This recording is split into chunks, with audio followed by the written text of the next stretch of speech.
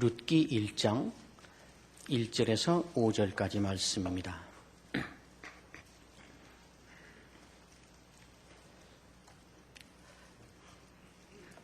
사사들이 치리하던 때에 그 땅에 흉년이 드니라. 유다 베들레헴에 한 사람이 그의 아내와 두 아들을 데리고 모압 지방에 가서 거류하였는데 그 사람의 이름은 엘리멜렉이요 그의 아내의 이름은 나오미요 그의 두 아들의 이름은 말론과 기럐이니 유다 베들레헴 에브랏 사람들이더라.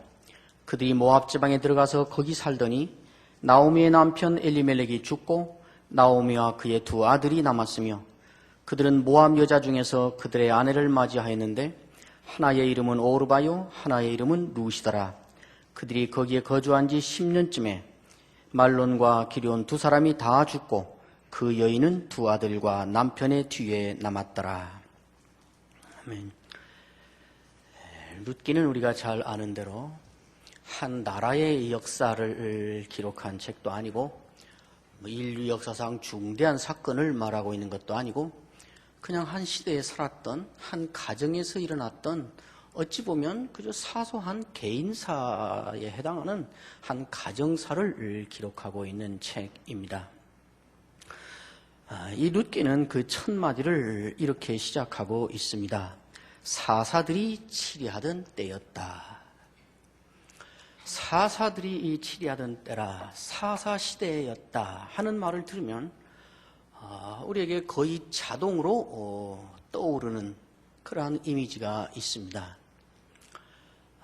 사사기 자체가 사사시대를 총평해서 마지막 결론을 내리면서 이 시대는 이러한 시대였다라고 내린 결론입니다. 그 시대는 이스라엘의 왕이 없으므로 이스라엘 사람들이 각각 제 소견에 옳은 대로 사는 시대였다. 그 이야기였습니다. 물론 보이지 않는 곳에서 하나님의 긍휼과 하나님의 주권이 시종일관 역사하고 있었지만은 그러나 눈에 보이는 현실을 놓고 그 시대를 판단하면 이것이 한마디로 내려지는 결론이었습니다. 왕을 인정하지 않고 각각 모두가 제 인생에 자기가 왕이 돼서 제 소견에 좋은 대로 제 맛에 겨워서 저 하고 싶은 대로 모두가 그렇게 사는 세상이었다. 그런 세상에 이제 이런 일이 일어나고 있다 하고 시작하고 있는 것입니다. 그 땅에 흉년이 들었다. 오늘 우리가 읽은 이 본문은 크게 세 가지의 중요한 장면으로 이야기를 하고 있습니다. 그 땅이라고 일컬어지는 그곳에 큰 흉년이 들은 이야기와 그 사는 현장에 흉년이 들었을 때에 한 가정이 그 흉년에 대하여 나타낸 반응과 그래서 어떤 결과가 왔는가 하는 이 세 가지를 이야기하고 있습니다. 그 땅에 큰 흉년이 들었다. 여기 말하는 이 그 땅은 그 뒤에 바로 이어서 나오는 대로 유다 베들레헴을 말하고 있습니다. 이스라엘 백성들이 하나님의 인도를 받아서 하나님의 약속에 따라 정착한 그 땅을 말하는 것입니다. 그 땅에 흉년이 들었습니다. 어떻게 보면 그냥 지나가는 남의 말이기도 하지만은 만약 이런 일이 우리 자신에게 일어나고 있다면 우리는 매우 못 견뎌 하거나 아니면 또 놀랍거나 충격을 받을 것입니다. 왜냐하면 하나님이 이 백성에게 반드시 그곳에서 내가 너희를 복주겠다 했고 하나님의 놀라운 축복의 약속과 언약이 주어져 있는 그래서 그곳에 들어가 있는 그 땅에서 흉년을 맞고 있는 것입니다. 얼뜻 사사시대와 연결시켜서 그렇게 살았으니까 이런 벌이 내린 거지 이렇게 말할 수도 있겠지만은 그러나 이 분위기로 보아서 그 다음 이어지는 이야기로 봐서 이 흉년은 사사시대에 그놈들이 그렇게 살아서 이런 일이 벌어졌다라고 그런 분맥으로 말하는 것처럼 전혀 보이지 않고 오히려 사사시대는 사사시대에 이런 사람들이 있었다고 다음 이어지는 말과 연결돼서 여기에 등장했고 이 흉년이라는 말은 그 땅이라는 말과 연결돼서 나와 있는 것이 분명해 보입니다. 하나님의 약속이 주어져 있는 땅, 하나님이 복주시겠다고 맹세하신 땅, 하나님이 자기 손으로 끌어다가 여기서 내가 너를 복되게 하고 큰 민족을 이루고 내 언약을 성취하겠다라고 못 박아 놓으셨던 그 땅 드디어 들어와서 살고 있는데 그곳에서 이런 일이 벌어졌다. 이렇게 지금 말하고 있는 것입니다. 좀 더 쉬운 우리 얘기로 바꿔서 얘기하면 하나님이 내가 너를 반드시 복 주겠다. 내가 너를 사랑한다. 내가 너를 내 자녀 삼고 대대에 내가 네 자손들에게 나의 복을 주겠다. 그랬는데 어느 날 갑자기 내 자식이 교통사고가 나서 죽어버렸습니다. 그러면 어떻게 될까요? 매우 큰 의문과 반발과 또 회의가 생길 수 있겠죠. 이런 게 하나님의 은혜란 말이야. 성경에도 가끔 그런 일들이 벌어지지요. 마가복음 4장에 보면 배를 타고 가다가 큰 광풍을 만나는 사건이 나지요. 광풍이 나타났다는 말 하기 바로 직전에 제자들이 예수를 배에 계신 그대로 모시고 가니라. 그런데 이런 광풍이 일어났다. 예수님이 동행하고 있는데 하나님이 나와 동행하시겠다고 분명히 약속하셨는데 그러면 모든 일이 순탄해야 되고 그러면 내가 예수님을 내 차 조수석에 모시고 운전을 하고 간다면 당연히 내가 중앙선을 침범해도 덤프치럭이 와서 나를 받아도 지가 죽지 나는 안 죽어야지. 왜? 예수님이 나와 동행하고 있으니까. 이런 기대를 갖기 마련인데 그것이 전혀 깨어지고 있는 것입니다. 그리고 그런 우리의 기대는 사실은 잘된 제대로 된 기대도 아닙니다. 만약 우리가 하나님의 동행이라거나 예수님이 나에게 복을 약속하셨다거나 예수님께서 나와 함께 하신다는 것의 의미를 그러니까 나는 이제 모든 일이 잘 되어야 되고 내게는 어려움이 없어야 되고 이런 것의 보증으로 우리가 이해를 하고 받아들인다면 점점 우리는 하나님과 우리 사이에 매우 기계적인 관계로 나아가게 됩니다. 예수님은 내가 불편할 때 동원해서 내가 써서 내 불편을 없애는 방편처럼 사용하는 나의 불편을 해결하기 위해서 대기하고 있는 그런 대기병처럼 우리는 예수님과의 관계를 맺게 되는 거지요. 하나님이 우리와 동행하시고 예수님이 우리와 동행하시는 것은 대기하고 있다가 우리의 어려움들을 다 풀어주기 위해서가 아니고 하나님과 우리와의 인격적인 깊은 관계로 끌고 들어가서 하나님을 더 잘 알게 하기 위해서 우리와 함께 하고 계신다는 것을 우리가 종종 잊을 때가 있습니다. 그 목적을 이루기 위해서 하나님은 때때로 어려움을 우리에게 오게도 하시고 어려움을 막아도 주시고 여러 일들을 동원하시지요. 이것을 우리는 하나님의 우리를 향한 우리와의 관계에 있어서의 섭리적인 하나님의 역사라고 그렇게 말합니다. 우리의 뜻이 거룩하니까 우리의 계획이 우리의 마음이 경건하고 신앙적이니까 그러니까 이제부터 그 일을 하기 위해서 나가는 길은 언제나 순탄해야 된다고 아무 어려운 일도 없어야 된다고 주장하거나 고집하거나 믿는 것은 매우 성경이 말하는 것과는 거리가 있다는 것을 우리가 알 필요가 있습니다. 어쨌든 그 땅에 일이 일어났습니다.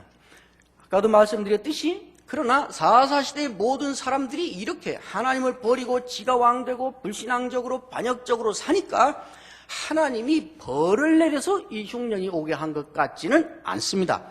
뒤에도 보면 하나님의 어떤 섭리에 의해서 하나님이 내린 벌들은 주변에 있는 강한 세력들이 그들을 압제하는 벌을 계속 내려오셨습니다. 그런데 흉년이 들었습니다. 이 흉년이 들자 그 지역의 베들레헴에 살고 있던 한 가정의 가장이 매우 중요한 결정을 합니다. 엘리멜렉이라고 하는 사람입니다. 아마 가족을 다 모아놓고 결정을 한 것 같습니다. 아내가 있었고 두 아들이 있었습니다. 어떤 결정을 하는가 하면 이제 우리가 잠시 이 환란의 때를 피해서 이 기근과 흉년의 때를 피해서 우리가 장소를 옮기자. 모압이라는 곳으로 가자. 그곳에 가면 먹고 사는 문제는 해결할 수 있다. 예를 들면 우리가 한때 미국에 이민을 가면 그곳에 가면 쓰레기만 뒤져도 그래도 목숨은 부지할 수 있다. 뭐 그런 생각을 한 적이 옛날에 있었듯이 지금은 너무 살기가 어려우니까 이 땅에서는 살아남기가 힘드니까 모압으로 가자. 그러면 거기 가서는 최소한 밥은 먹고 살 수 있다. 이렇게 결정을 하고 그리 옮겨간 것입니다. 그리고 그곳에 가서 그 다음에 읽어보시는 대로 이제 매우 잘 정착하기도 한 것 같습니다. 왜냐하면 그곳에 가서 얼마 지나지 않아서 두 아들을 다 결혼을 시켰습니다. 결혼을 시켰는데 그 지역에 살고 있는 여자들과 결혼을 시켰습니다. 그러니까 외국에서 이민 온 사람한테 그 토박이 사는 사람이 누구나 아무에게나 내 딸 가져가라 주겠습니까? 아마 그 땅에 가서 초기에 잘 정착을 하며 또 그 정착한 지역의 주변에 많은 인정도 받았던 것 같습니다. 그리고 가정을 그렇게 이루었습니다. 그런데 몇 년 지나고 나서 그 남편이 가장 엘리멜렉이 갑자기 죽어버렸습니다. 그래서 오늘 보시는 대로 나오미가 그의 부인인데 나오미가 두 아들과 남편 뒤에 남았더라. 넷이 갔는데 하나가 죽고 셋이 남았습니다. 그리고 10년 채 못 가서 두 아들이 다 죽었습니다. 큰 아들이 먼저 죽고 그 다음에 둘째 아들과 둘이 뒤에 남았다. 그리고는 얼마 안 가서 작은 아들도 죽어버렸습니다. 그래서 이 나오미라고 하는 여자 혼자 그 땅에 남게 됐습니다. 이것이 오늘 우리가 읽은 본문의 이야기입니다. 엘리멜렉의 결정은 사실은 매우 합리적이고 매우 정당한 결정입니다. 그렇죠? 가족이 다 굶어 죽게 생겼는데 흉년으로 지금 생존을 유지하기가 힘든 상황인데 가장이 결정을 해서 이 가족들, 식솔들을 먹여 살리고 이들을 책임지기 위해서 양식을 어디 가면 구할 수 있는가, 어디를 가면 우리 가족이 생명을 유지할 수 있는가를 살피고 정보를 수집해서 어렵지만은 매우 중대한 결정을 내려서 흘러 옮겨가기로 하는 것은 매우 정당한 것이고 매우 책임감이 있는 것이고 매우 잘한 일입니다. 그렇지 않겠습니까? 그런데 오늘 이 본문은 엘리멜렉이 이렇게 한 행동에 대하여 꼭 집어서 죄다, 잘못했다, 괜찮다 이렇게 말하지 않지만은 조성하고 있는 그 분위기가 그리고 지금 앞에 사사시대에 이 사람이 이렇게 하고 있다라고 지금 장치를 하고 있는 것을 가만히 볼 때에 지금 성경은 엘리멜렉이 그렇게 한 결정에 대하여 매우 못마땅한 또 매우 그것을 좋게 여기지 않는 그런 입장을 취하고 있다 하는 것이 분명해 보입니다. 그리고 이런 예는 여기만 있는 것이 아니라 기근을 당했을 때에 기근을 피하기 위하여 다른 곳으로 옮겨갔던 예들이 이전에 있었고 그 예들을 하나님이 그렇게 좋아하시지도 않고 그것을 응당하게 여기지도 않으셨다는 역사적인 예들이 있습니다. 아브라함 때였습니다. 아브라함 때 큰 기근이 들었습니다. 그래서 아브라함이 기근을 피하기 위해서 하나님이 있으라는 곳을 피해서 애굽으로 내려가다가 망신을 당한 적이 있었습니다. 그리고 나서 그 아들 때에 또 그런 일이 있었습니다. 창세기 26장을 한번 가보시면 그 현장을 우리가 볼 수 있죠.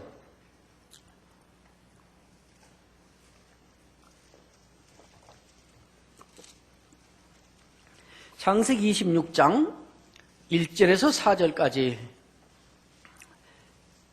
아브라함 때에 첫 흉년이 들었더니 그 땅에 또 흉년이 들매 이삭이 그랄로 가서 블레셋 왕 아비멜렉에게 이르렀더니 여호와께서 이삭에게 나타나 이르시되 애굽으로 내려가지 말고 내가 내게 지시하는 땅에 거주하라. 이 땅에 거류하면 내가 너와 함께 있어 내게 복을 주고 내가 이 모든 땅을 너와 내 자손에게 주리라. 내가 내 아버지 아브라함에게 맹세한 것을 이루어 내 자손을 하늘의 별과 같이 번성하게 하며 이 모든 땅을 내 자손에게 주리니 내 자손으로 말미암아 천하 만민이 복을 받으리라. 아브라함 때에 첫 흉년이 들었는데 그 땅에 또 흉년이 들었다. 이 사이가 100년입니다. 100년 후에 100년 만에 기록될 만한 흉년이 다시 찾아온 것입니다. 이삭이 하여튼 어찌됐는지 자기 아버지 얘기를 들은 것도 없는지 하여튼 또 짊어지고 이사를 갑니다. 양식을 찾아서 갑니다.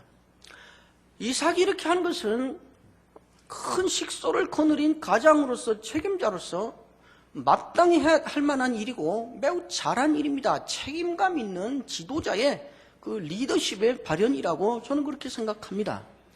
그래서 양식을 찾아서 가고 있는데 가는 길목을 하나님이 가로막으면서 나타나셨습니다. 그리고 가는 길을 막습니다. 막고 이삭에게 2절에 말씀한 대로 여호와께서 이삭에게 나타나 이르시되 애굽으로 내려가지 말고 내가 내게 지시하는 땅에 거하라. 이렇게 말합니다. 네 눈에 보기에 좋은 곳으로 가지 말고 내가 있으라는 곳에 있으라. 이 말입니다. 내가 있으라는 그곳은 어딘고? 하나님이 그 아버지에게 약속했던 것처럼 내가 너에게 복을 주고 네가 이 땅에서 큰 민족을 이루고 내가 너에게 큰 복을 주겠다고 언약이 주어져 있는 그 땅을 말합니다. 그런데 하나님의 큰 복이 약속되어 있는 그 땅의 현실은 무엇인가? 당장 먹고 살아서 오늘 생명을 유지하기가 어려운 위험한 처지입니다. 그래서 그것을 떠나서 가려 하고 있는 거예요. 이 문제를 해결하려고. 그런데 하나님은 나타나셔서 당장 생존을 유지하기가 어려운 그곳에 하나님의 약속이 거기 있으니까 하나님의 복 주시겠다는 약속이 그 땅에 있으니까 그 땅에 머물러 있으라는 거예요. 네 눈에 보기에 좋은 곳으로 가지 말고 내 약속이 있는 곳에 머물러 있으라. 그러면 내가 복을 주겠다. 이렇게 말하는 것입니다. 하나님의 복은 언제 될지 모르는 저 멀리 있는 일이고 당장 양식이 없어 굶어 죽을 위험은 눈앞에 있는 일인데 하나님이 이렇게 말씀하시는 것입니다.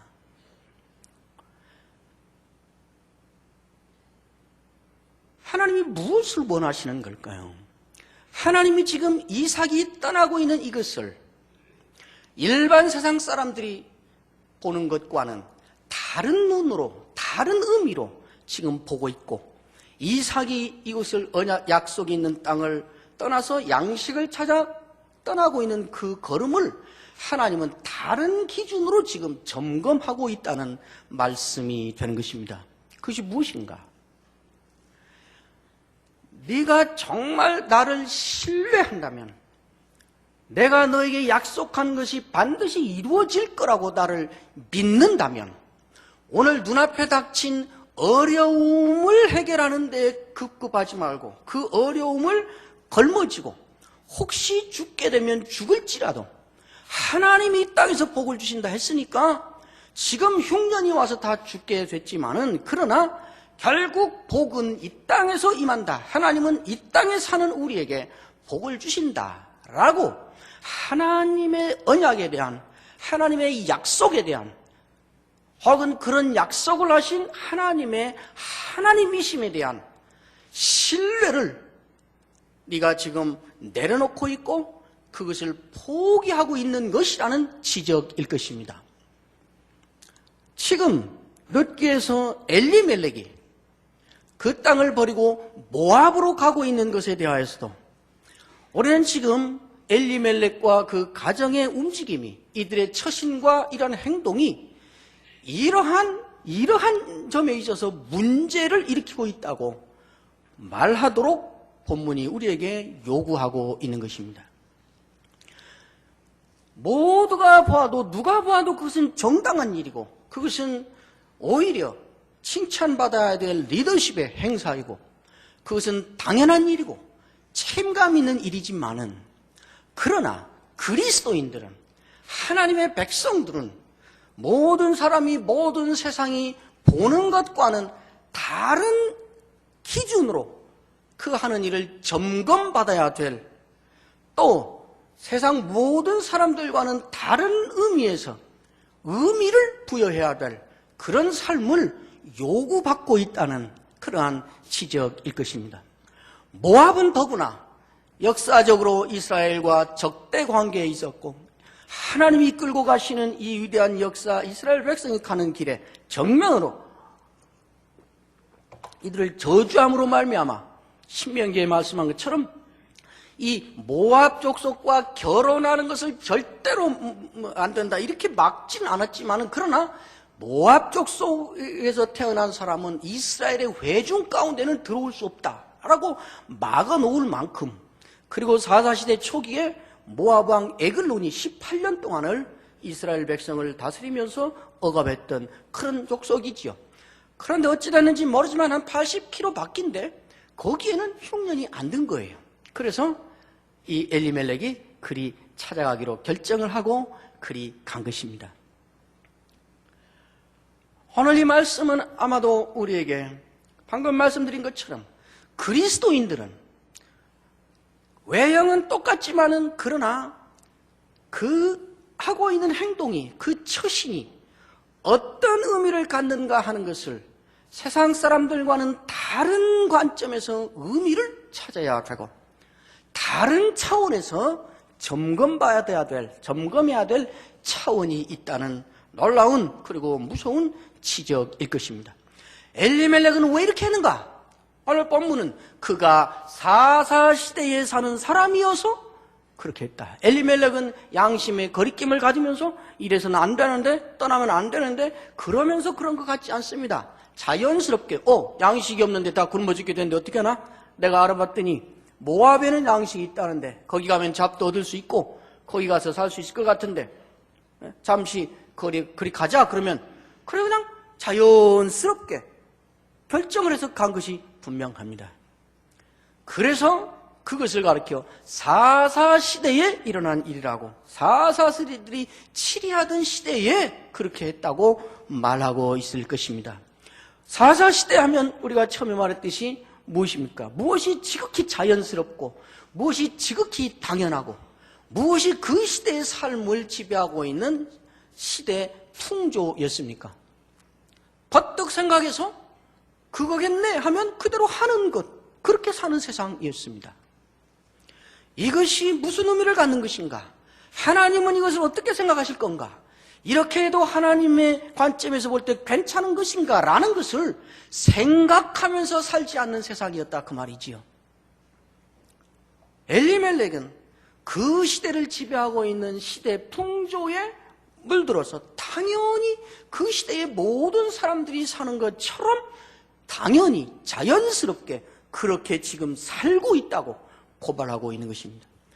말하자면 사사시대를 결론지은 그 말을 갖다 지금 엘리멜렉이 모압으로 가기로 결정하는 것을 놓고 우리가 말하자면 제 소견에 좋은 대로 자연스럽게 결정해서 가고 있는 것이라 그 말입니다.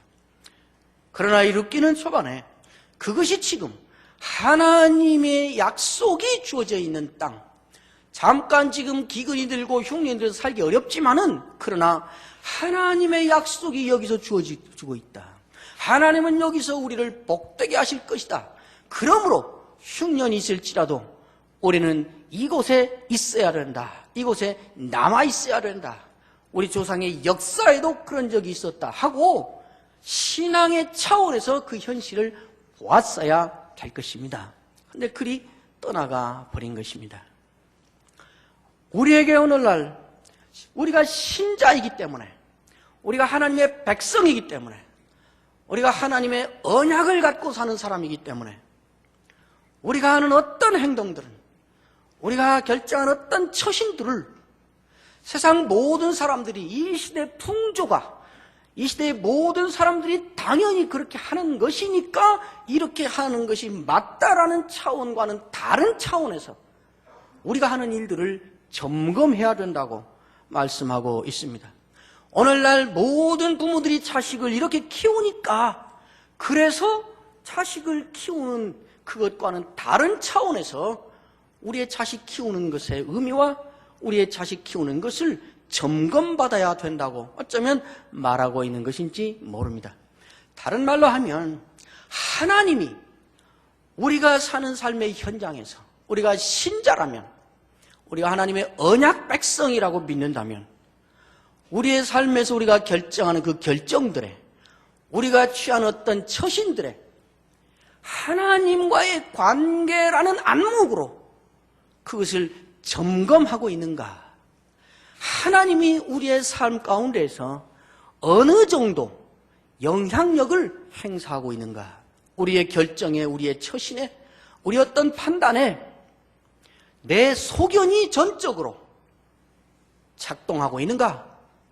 아니면 다른 사람, 이 시대, 이 세상, 지금 이 시대에는 모두가 그렇게 하는 거니까 하고 시대의 풍조가 전적으로 우리의 그것을 정당화하고 있는가?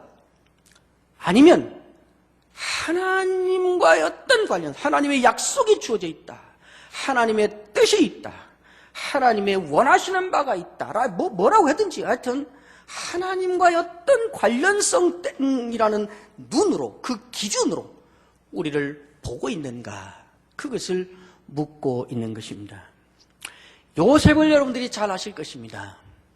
요셉은 보디발의 집에 들어가서 보디발의 굉장한 신뢰를 받았습니다. 이 준수하고 잘나고 똑똑한 청년을 보디발의 아내가 마음에 품었습니다. 그리고 계속 졸라댔습니다. 나중에는 노골적으로 붙잡고 같이 동침하자 이렇게 했습니다. 요셉은 감각이 아무것도 없는 목석 같은 사람이 아니었습니다. 아무리 여자가 그렇게 졸라대도 아무 느낌도 없는 그런 사람이 아니었습니다. 그런데 그는 넘어가지 않았습니다.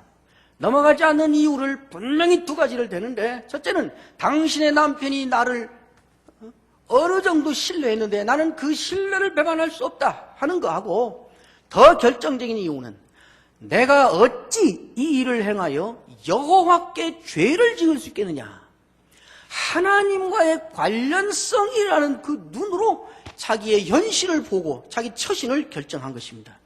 오랜 세월이 지난 후에 요셉을 팔아넘겼던 형들이 이제 생존을 요셉의 손에 의존할 수밖에 없는 처지가 돼서 양식을 얻으러 왔습니다.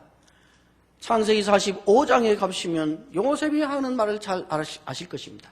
형은 나를 모르고 나는 형들을 아는데 혼자 나가서 시컷 통곡하고 운 다음에 형들에게 자기를 밝히면서 이야기합니다.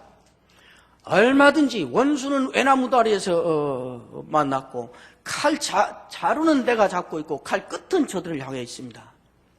얼마든지 한 뿌리를 할 수 있고 그것이 정당하기도 하고 세상의 법으로 볼 때 전혀 잘못도 아니고 자기가 당했으니까. 그런데 요셉은 그렇게 하지 않습니다. 아버지가 돌아가신 후에는 형들이 대표를 뽑아서 우르르 몰려왔습니다. 겁이 난 거예요. 우리한테 복수를 하지 않은 것은 아버지 때문이었고 이제 아버지 돌아가셨으니까 틀림없이 복수를 할 것이다. 꼭 지가 하는 대로밖에 생각을 못해요.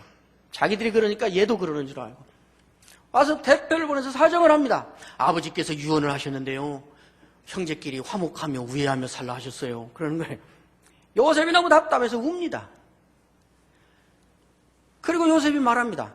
내가 당신들만이 아니라 당신들의 자식들까지도 책임지겠소. 그렇게 말합니다. 요셉은 왜 그러는가? 인격이 고매해서가 아니었습니다. 성품이 매우 너그럽고 좋은 그런 성격이 좋은 사람이어서가 아니었습니다. 당하고도 그것이 자기가 당한 거란 걸 모르는 어리버리하게 세상을 사는 사람이어서가 아니었습니다. 창세기 45장에도 창세기 50장에도 요셉은 분명히 말을 합니다. 50장에서는 내가 하나님을 대신하겠습니까? 45장에서는 당신들이 나를 판 것이 아니라 이때가 있을 줄 알고 당신들을 먹여 살리려고 하나님께서 나를 보냈습니다. 그래서 원수 갚지 않은 것입니다. 자기의 도덕성에서 나온 것이 아니었습니다. 자기가 처해 있는 현실에서 자기의 처신과 행동을 하나님과의 관련성이라는, 하나님과의 맺고 있는 관계라는 눈으로 자기의 현실을 점검한 것입니다. 그리고 그것에 따라서 결정을 한 것입니다. 신학에 가면 정말 하나님이 누구인가, 하나님과의 관계라는 것을 전혀 생각하지 않고 마치 사사시대의 이 사람들처럼 제 속에 오른 대로 살아버린 그러한 사람의 이야기가 있습니다. 예수님이 비유로 말씀하신 것이지요. 누가복음 12장에 가보시면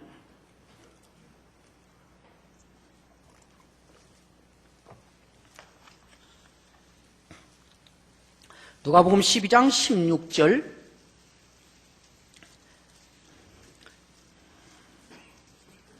어떤 젊은 사람이 이제 자기 형의 유산 안 나눠주는 것을 당신이 좀 재판해달라 한 것에 대해서 예수님이 대답한 비유인데요. 16절부터 21절까지.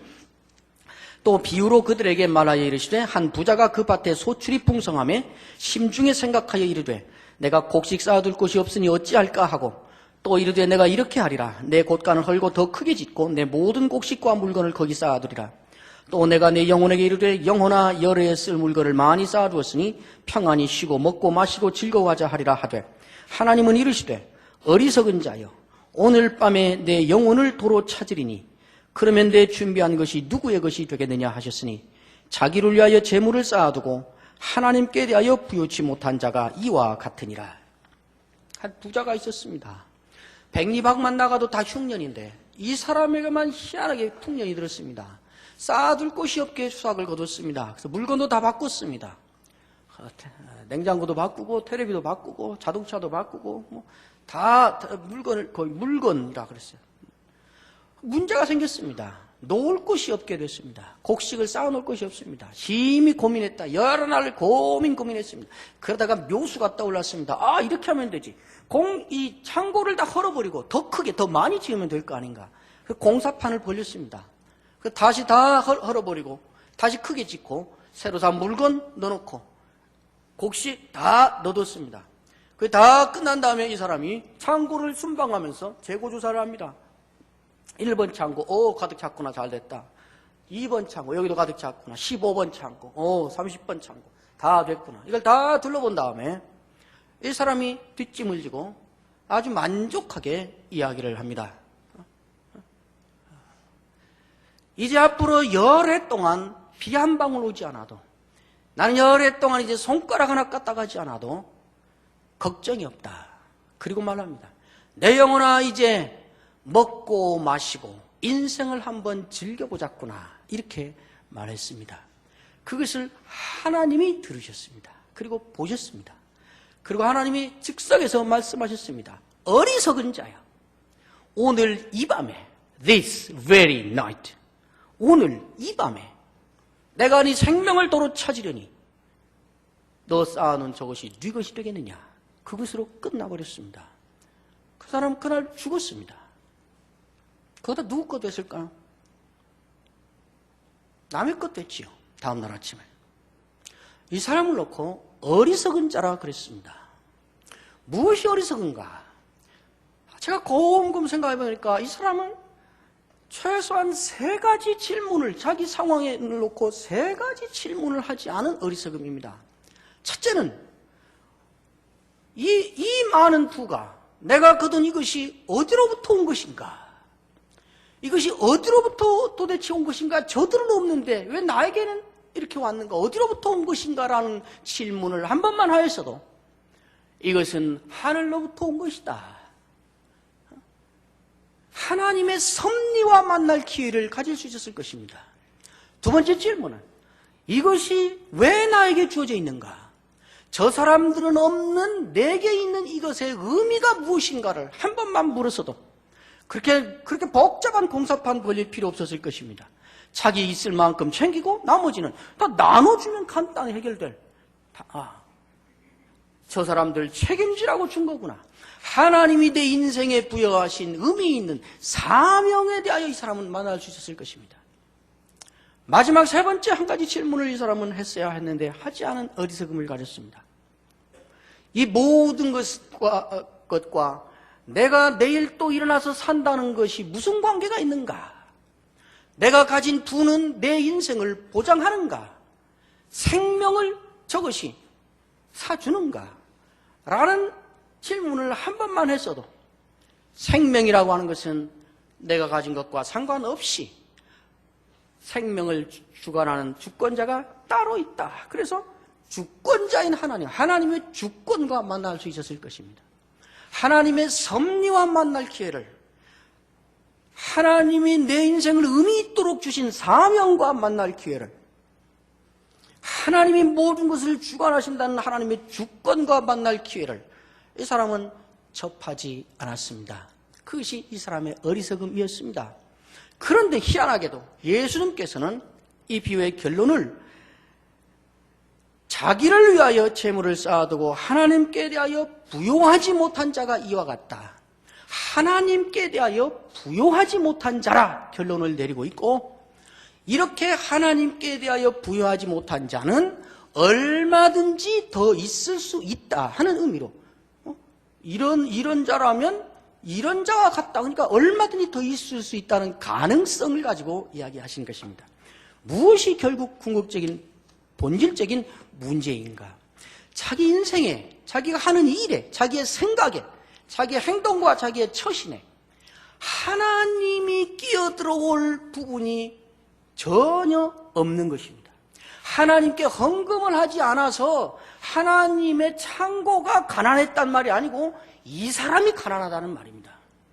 무엇이 가난한 건가? 돈이 없어서 가난한 것이 아니고 하나님이 가난하다는 말입니다. 왜 하나님이 가난한가? 하나님과 관련지어서 생각하지 않으니까. 무엇을 하려 할 때, 어떤 행동을 할 때, 처신을 할 때 하나님과 관련지어서 그 안목으로 의미를 부여하고 그 기준으로 점검하며 결정하지 않고 하나님의 흔적이 어느 곳에도 없이 제 소견에 옳은 대로 자기 판단에 옳아 보이는 대로 해버리니까 하나님을 찾을래야 찾을 데가 없는 거예요.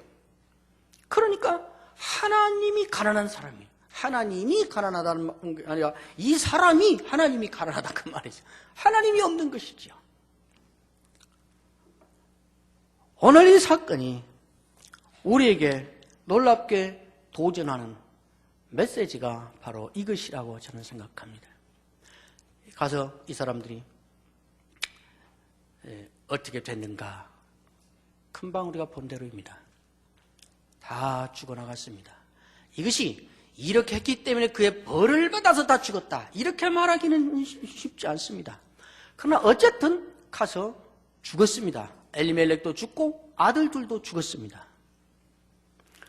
여기에 써있는 단어를 보면 거기에 거류하였다, 거기에 거주하였다라는 단어만 가지고 보면 엘리멜렉의 가족은 모압에 가서 이제 완전히 이민 가서 거기 시민권 얻고 거기서 아들 낳고 딸 낳고 평생 영원토록 주님 재림하실 때까지 살 마음을 먹고 간 것이 아닌 것이 분명합니다.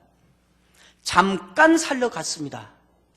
우리 지금 여기에 이렇게 난리가 났으니까, 이렇게 힘드니까 잠깐 이 어려운 때만 살짝 좀 피했다 오자, 이렇게 하고 간 것 같아 보입니다. 그 단어의 사용이. 요즘 말로 하면 지금은 내가 신앙생활을 한다 하고 또 신앙대로 살려면 너무 문제가 많으니까 이 어려운 일만 그냥 눈 질끈 감고 그저 그냥 성경도 덮고 그저 신앙이라는 것도 좀 이번은 좀 모른 체 하고 덮어놓고 이번 일은 넘기자, 이번 일만 넘기고 우리가 또 한번 힘내서 신앙생활 제대로 해보자, 뭐 그런 식이지요. 말하자면 잠깐 살고 오려고 갔습니다. 그러나 거기서 영원히 묻혀 있어야 되게 됐습니다. 제 소견에 옳은 대로 행동은 할 수 있지만은 제 소견에 원한 대로 일은 이루어지지 않았습니다. 우리가 우리 소견에 좋은 대로 행동할 수 있고 처신할 수 있지만은, 그러나 우리 소견에 원한 대로, 우리가 계획한 대로 인생이 그렇게 이루어지는 것은 아닙니다. 그것은 하나님이 하시는 것입니다. 하나님이 하시는 것임을 이렇게 말하고 있습니다. 그러니까 우리는 아무 일도 하지 말자 하는 말이 아닙니다. 한 곳만 더 성경을 찾아보겠습니다. 야고보서에 가면 4장 13절,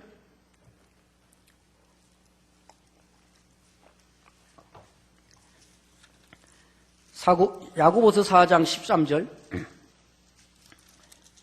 17절까지입니다.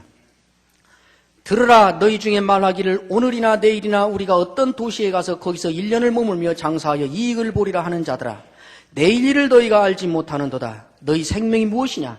너희는 잠깐 보이다가 없어지는 안개니라. 너희가 도리어 말하기를 주의 뜻이면 우리가 살기도 하고 이것이나 저것을 하리라 할 것이오늘 이제도 너희가 허탄한 자랑을 자랑하니 그러한 자랑은 다 악한 것이라.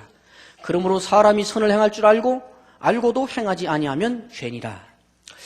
이 말씀을 언뜻 보면 아까 우리가 다시 룻기로 돌아가서 그러니까 우리가 계획한다고 해서 되는 거 아니고 우리가 원한다고 해서 그대로 되는 것이 아니라 하나님의 주권으로 하나님 하신다.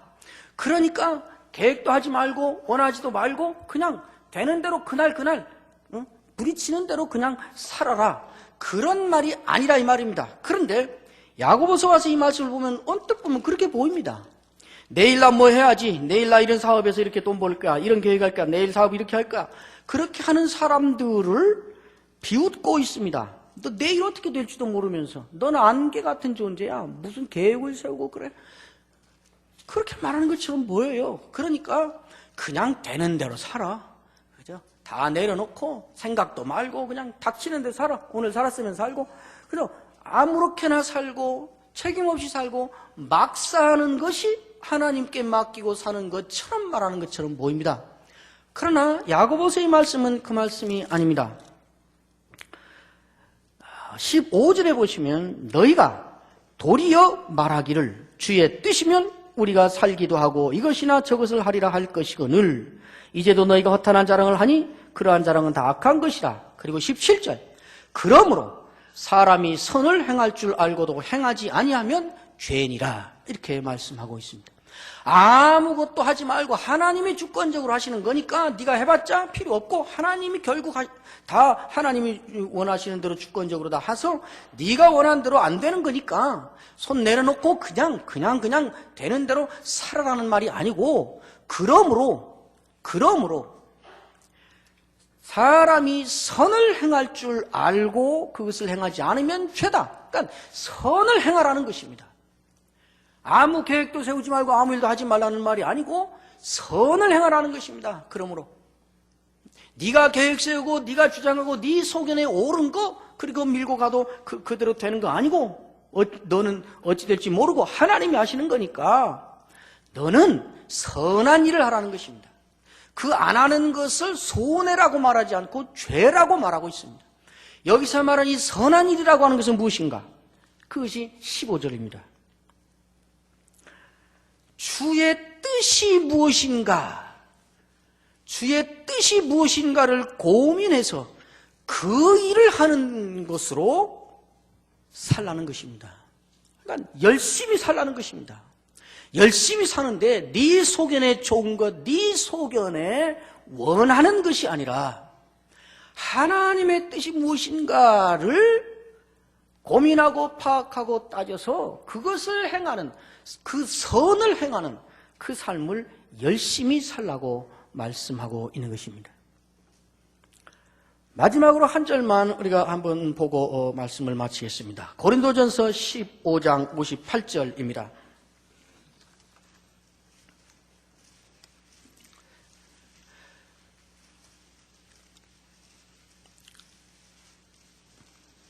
그러므로 내 사랑하는 형제들아 견실하며 흔들리지 말고 항상 주의 일에 더욱 힘쓰는 자들이 되라. 이는 너희 수고가 주 안에서 헛되지 않은 줄 알미라. 이 말씀은 매우 지금 어색하게 등장한 말씀입니다. 왜냐하면 고린도전서 15장 1절부터 57절까지 긴 내용이 부활에 대한 이야기입니다. 부활을 믿지 않는 사람들이 너희 가운데 있다는 말을 내가 들었다. 그러면서 왜 부활은 확실한가? 예수님의 부활이 없으면 어떻게 되는 건가? 부활의 의미가 뭔가? 부활의 효과가 뭔가? 하는 것을 쭉 말합니다. 부활의 능력이 뭔가? 그 부활에 대한 이야기를 길게 쭉 해오다가 이 긴 부활에 대한 이야기의 마지막 결론을 이렇게 내리고 있습니다. 그러므로 내 사랑하는 형제들아, 견실하며 흔들리지 말고 항상 주의 일에 더욱 힘쓰는 자들이 되라. 왜냐하면 너희 수고가 주 안에서 헛되지 않은 줄을 알기 때문이다.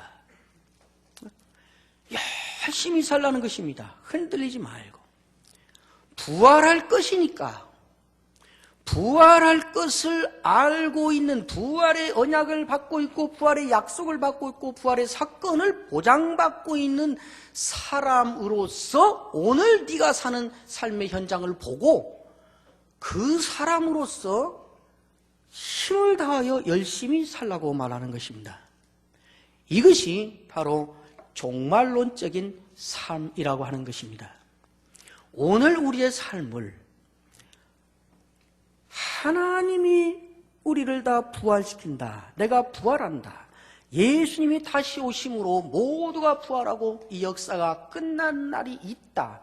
라는 것을 아는 사람으로서 그 기준으로 오늘 우리의 사는 현실과 오늘 현장을 바라보고 그것을 아는 사람으로 오늘을 사는 일에 열심을 다하라고 말씀하고 있는 것입니다. 이것이 우리 신자들에게 요구된 삶입니다. 하나님과의 관련, 하나님과의 관계가 무엇인가? 라는 관점에서 내 삶을 바라보고 하나님이 내게 주신 언약이 무엇인가? 그 언약은 반드시 이루어질 거라는 것을 기정사실화하고 있는 사람의 원리로 오늘 너에게 주어진 삶을 힘을 다하여 살라고 말씀하고 있는 것입니다. 우리의 삶을 다시 점검해보고 우리의 삶을 다시 재정비하는 귀한 말씀이 되기를 주의 이름으로 축원합니다. 기도하겠습니다. 주님, 우리가 같은 세상에 같은 시간에 같은 역사 속에서 살지만은 그러나 의미는 다른 삶, 점검도 다른 기준으로 받아야 될 삶을 살고 있다는 사실을 기억하고 살게 하여 주옵소서. 모두가 그렇게 하니까, 이 시대에는 이것이 자연스러우니까, 이 세상은 다 이렇게 하니까 라는 수준에 머무르지 않고 하나님이 내게 주신 약속이 이러하니까, 하나님이 역사를 다스리는 주인이시니까 하는 것을 아는 자로 우리의 삶을, 우리의 행동을, 우리의 처신을 점검하며 따져보며 살아가는 우리가 되게 하여 주옵소서. 예수님의 이름으로 기도하옵나이다. 아멘.